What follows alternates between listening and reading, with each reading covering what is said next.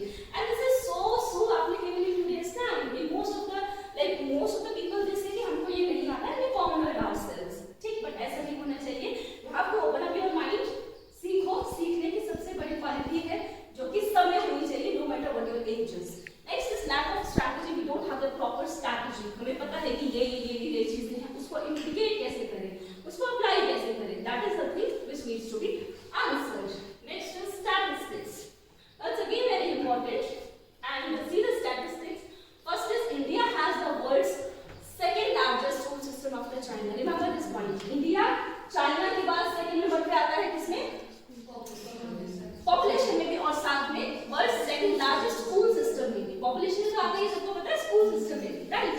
Next is according to the report of National Sample Survey Office, the country has more than 1.4 million schools. Can you imagine? 1.4 million schools with over 227 million students enrolled and more than 36,000 higher education institutes. Next is according to United Nations Educational, Scientific and Cultural Organization, UNESCO, 63 million teachers were affected in 165 countries during COVID-19 pandemic. It's a big number. 165 countries में कितने teachers affected हुए? 63 million. A total 20 million learners are affected in India alone.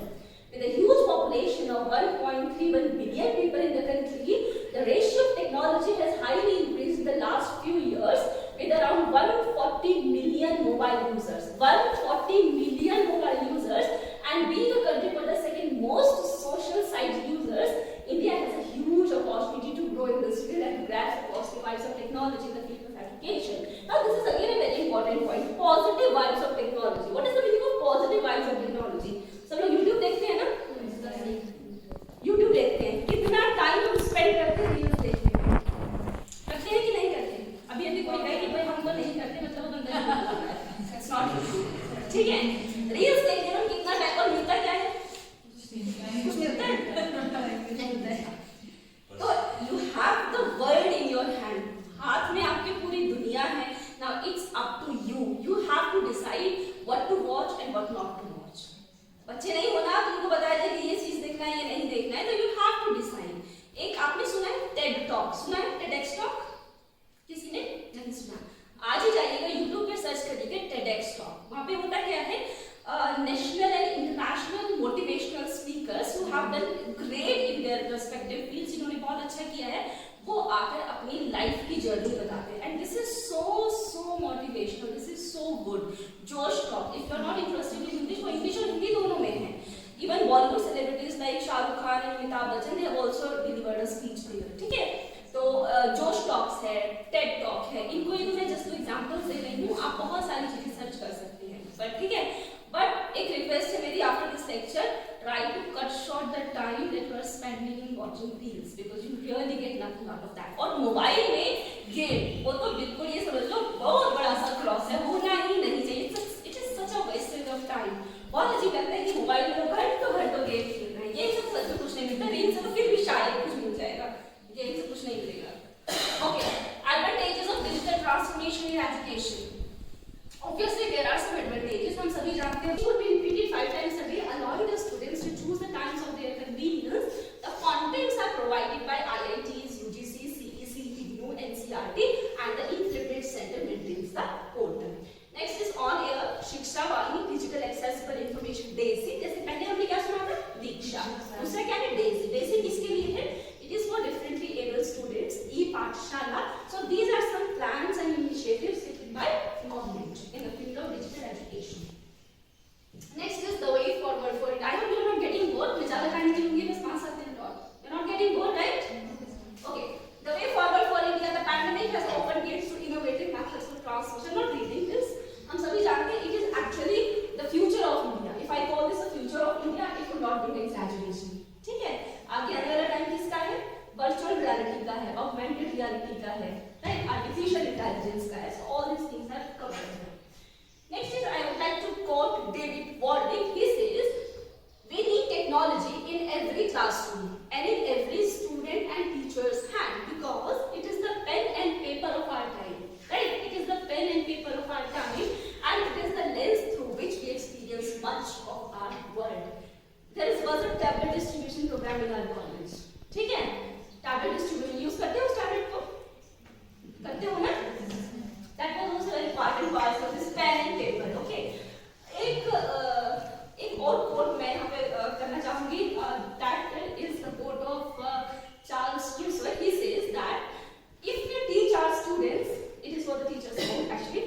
If we teach our students today as we taught yesterday,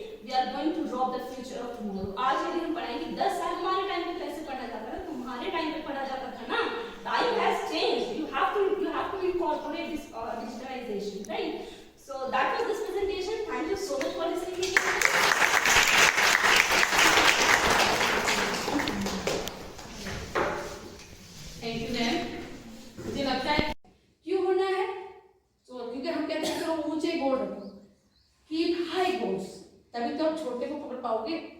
अब सबने चलो UPSC clear करना है, IPS clear करना है, ठीक है, किसी ने डीएम बनना है, किसी ने एसपी बनना है, किसी ने असिस्टेंट प्रोफेसर बनना है, किसकी तरह, हमारे तरह, ठीक है, किसी ने साइंटिस्ट बनने का गोल रखा है, वो कहते हैं क्या करते हैं, लगे हुए हैं, ठीक है, हार्ड वर्क कर रहे हैं। तो लेकिन हम टर्निंग पॉइंट को कैसे जोड़े आत्म निर्भरता से, जहाँ हम कह रहे हैं इसकी तैयारी कर रहे हैं। कभी भी होता है कि जरूरी नहीं कि जितने 100% स्टूडेंट्स हैं जो तैयारी कर रहे हैं वो सब के सब डीएम बन जाए, वो सब के सब आईपीएस ऑफिसर बन जाए। Is it possible? फिर से बैलेंस क्या हो जाएगा, गड़बड़ हो जाएगा, ठीक है। लेकिन देयर आर सर्टेन पैरामीटर्स जिसमें से कुछ लोग ही सेट हो पाएंगे। तो बाद में जो हम इतने इयर्स देते हैं, ठीक है, 5 years, 2 years, 6 years जो भी दे रहे हैं, अगर बाई चांस अनफॉर्चुनेटली क्या हो, हमारा सिलेक्शन नहीं होता है, तो there should be certain planned B, other alternatives तो होना चाहिए, जिससे भी क्या होगा, हमें डिप्रेशन का शिकार नहीं होना पड़ेगा या हमें लोगों का ताना नहीं सुनना पड़ेगा। इतने साल क्या किया आपने, मेहनत भी की, लास्ट में आउटपुट क्या आया, सुनना था, ठीक है। तो क्या होगा उस वाले सिनेरियो में हम फिट ना हो। अपनी हिंदी विभाग से और G20 का जो कार्यक्रम यहाँ महाविद्यालय में चलाया जा रहा है, G20 समिति के लिए हमारे महाविद्यालय में मैं संयोजक डॉक्टर भगवती नेगी एवं उनके समिति सदस्यों का आभार प्रकट करती हूँ कि मुझे इस कार्यक्रम में व्याख्यान माला में आज के लिए यहाँ पे ये अवसर मुझे प्रदान किया गया और मैं बहुत बहुत धन्यवाद देती हूँ समिति का। और जैसा कि आपको पता है कि G20 का जो सम्मेलन है वो यहाँ पे भारत में इस समय चलाया जाने वाला है रामनगर में। और सबसे पहले मैं बात यहाँ पे शुरू करूंगी G20 के लोगों से। जैसा कि G20 और आप उसमें देख रहे हैं कि हमारे भारत का जो झंडा है हमारा, उसमें केसरिया और हरा रंग का जो यहाँ पे प्रयोग किया गया है हमारे G20 में, और उसमें एक नीचे कमल का फूल बनाया गया है। और जो कमल का फूल हमारी हरियाली का प्रतीक है, हमारी समृद्धता का प्रतीक है हमारे भारत के लिए। और उसमें देखिए कमल के पुष्प में 7 पंखुड़ियां हैं, जो कि हमारे 7 सुरों के लिए, जो संगीत में हमारे 7 सुर हैं, हमारे 7 महाद्वीप हैं, उससे इसको क्या है प्रतीक के रूप में बनाया गया है कमल को। और उसमें लोगों में ऊपर से पृथ्वी का चिन्ह दिखाया गया है, साथ में पूरे हम क्या है सबका साथ और सबके विकास के साथ G20 के इस प्रतीक रूप में मानते हैं। और नीचे भारत को देवनागरी लिपि से लिखा गया है। और तो यदि मैं क्लास में यदि कोई भी बच्चा मोबाइल या ऐसा कुछ लेकर आ रहा है तो टीचर बहुत गुस्सा करते थे that how dare you enter with this mobile in the classroom, mobiles are not allowed in the classroom. Now when I personally teach literature, अब यदि मैं बच्चों से कहती हूँ कि तुम्हें लिटरेचर पढ़ना है and you don't have the text, you have the mobile in your phones, right? You have the Google, निकालो और पढ़ो। तो this is the transformation। उस टाइम से कि जहाँ पर मोबाइल किसी का देख भी हो गया ना क्लास में, so that was like कि पता नहीं क्या हो गया, like something very bad is going to happen, right? और आज के टाइम में जब टीचर्स खुद कह रहे हैं कि मोबाइल निकालो, गूगल निकालो, तो this is a transformation। Now the next is this transformation of educational environment and psychology needs to be discussed academically with the aspects of assessment, intervention, consultation and other forms of educational services in the foreseeable future। What's the meaning of foreseeable future? वो future जो हम यहाँ से देख पा रहे हैं। future देख सकते हैं? हाँ, can we see future? नहीं, अनुमान लगा सकते हैं ना? अनुमान तो लगा सकते हैं। आज हम बैठे हैं यहाँ पे और हम इमेजिन कर रहे हैं कि आज से 5 साल बाद तुम्हें जो भी बनना है, किसी को साइंटिस्ट बनना है, प्रोफेसर बनना है, टीचर बनना है, तो हम क्या करें, अनुमान लगा रहे हैं कि हम वो बन चुके हैं। So this is called foreseeable future, जिसको हम देख सकते हैं, ठीक है। Now this digitalization of education is actually can be seen in the foreseeable future. The next is, I hope the slide is visible to you, everybody. Right? The study indicates that leveraging digital tools will not only raise the excellence level in education, but could also be a true game-changing experience for both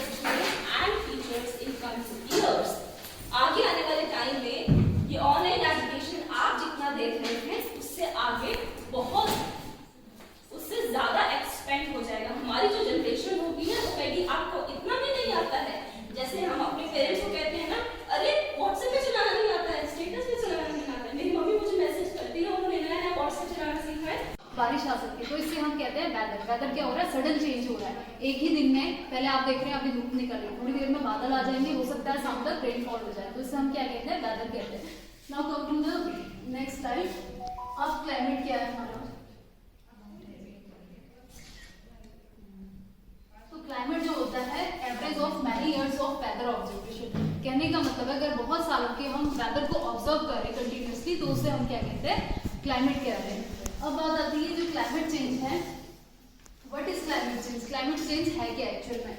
long term shift in temperature and weather pattern. कहने का मतलब है temperature और weather के pattern में long term में क्या क्या चेंजेस आ रहे हैं उसे हम कहते हैं क्लाइमेट चेंज। ये नेचुरली भी हो सकता है। कहने का मतलब है अगर सोलर साइकिल में वेरिएशन आता है तो उसकी वजह से भी क्लाइमेट चेंज होता है।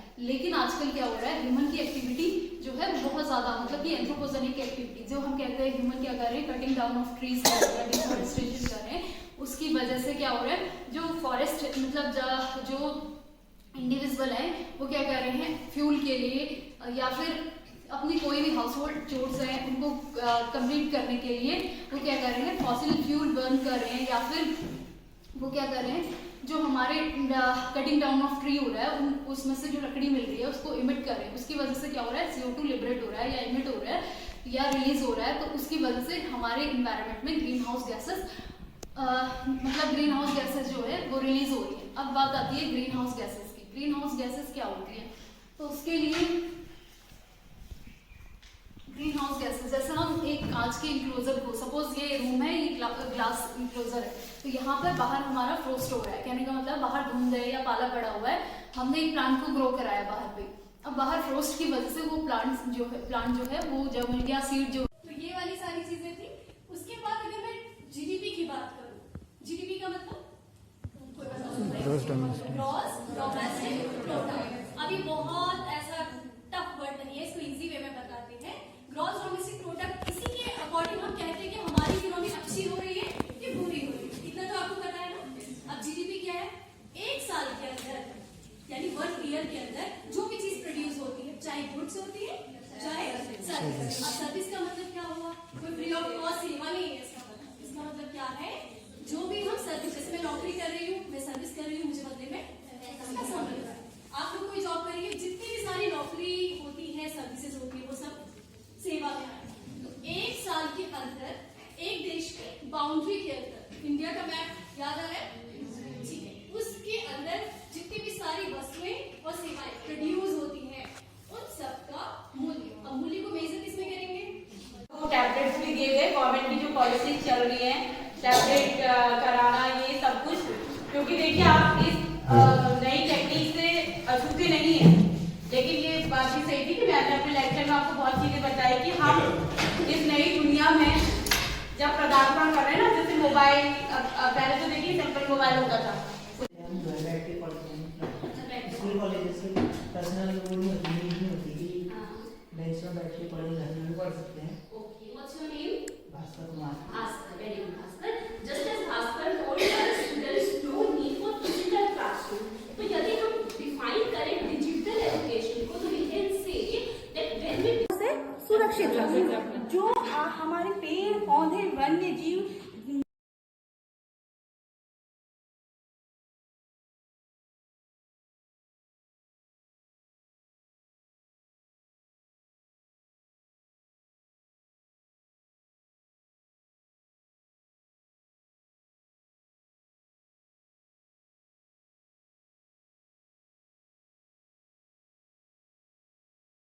तो और कोई सजावट की वस्तुएं बना रहा है, और जैसे एक मैं कुछ और उदाहरण देना चाहूंगा इसमें कि जो आत्मनिर्भर भारत के तहत है, जैसे ये घरेलू कचरे से जो छात्राएं बना रही है फ्लावर पॉट और हैंगर, तो यानी कि जो वेस्ट मटेरियल है घरों में, तो उसके लिए वह जो वेस्ट मटेरियल ला रहे हैं और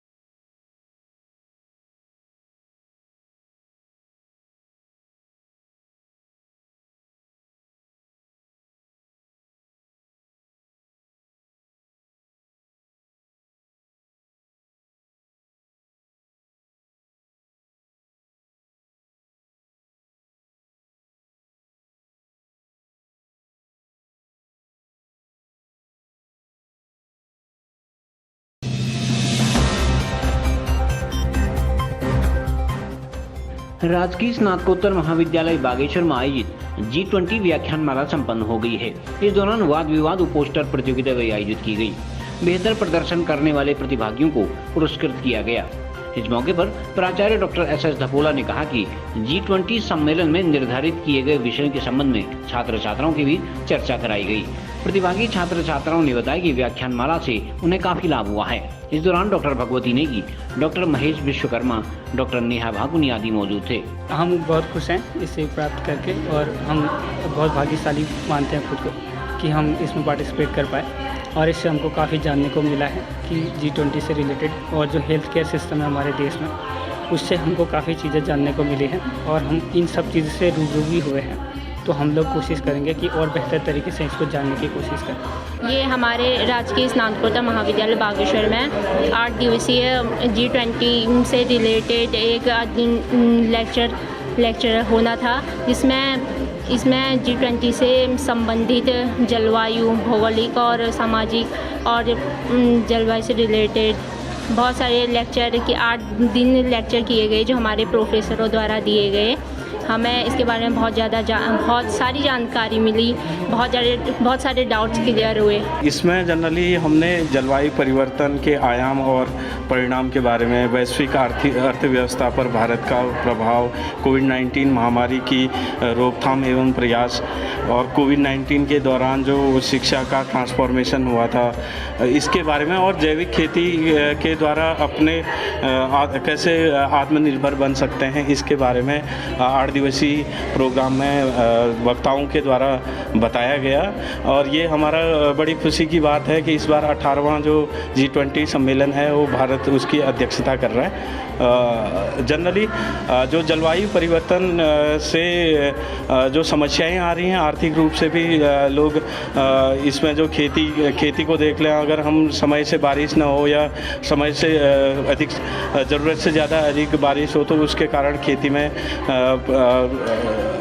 किसानों को दिक्कत हो रही है। इससे बचने के लिए हमें अब खुद से जो जलवायु को परिवर्तित करने वाले आयाम हैं, कारक हैं, उसके लिए बचना पड़ेगा। जैसे जो हमारे ग्लोबल वार्मिंग वाली गैसेज हैं, मीथेन और methane, carbon dioxide, CFC, ozone, ये गैसेज जनरली जब सूरज से अवरक्त अल्ट्रावायलेट रेजेज आते हैं तो उसको एब्जॉर्ब करता है और जिसके कारण एब्जॉर्ब करने के बाद ये पूरे वातावरण को गर्म कर देता है। और ये गैसेज जनरली अधिकता में पाए जाने से इसकी जलवायु परिवर्तन में बहुत बड़ा इसके आयाम है। जैसा कि आप जानते हैं कि G20 की अध्यक्षता में इस बार भारत को मिली है, तो इसी क्रम में जो अध्यक्षता मिली है तो इसमें जैसा कि आप जानते हैं इसमें केवल आर्थिक पक्ष को ही नहीं देखना था, बल्कि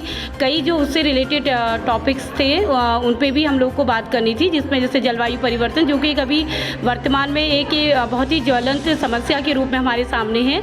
इसी के साथ साथ आत्मनिर्भर भारत, जिसमें हमने जो टॉपिक्स इसमें लिया था कि जैविक खेती के द्वारा हम किस तरीके से आत्मनिर्भर बन सकते हैं।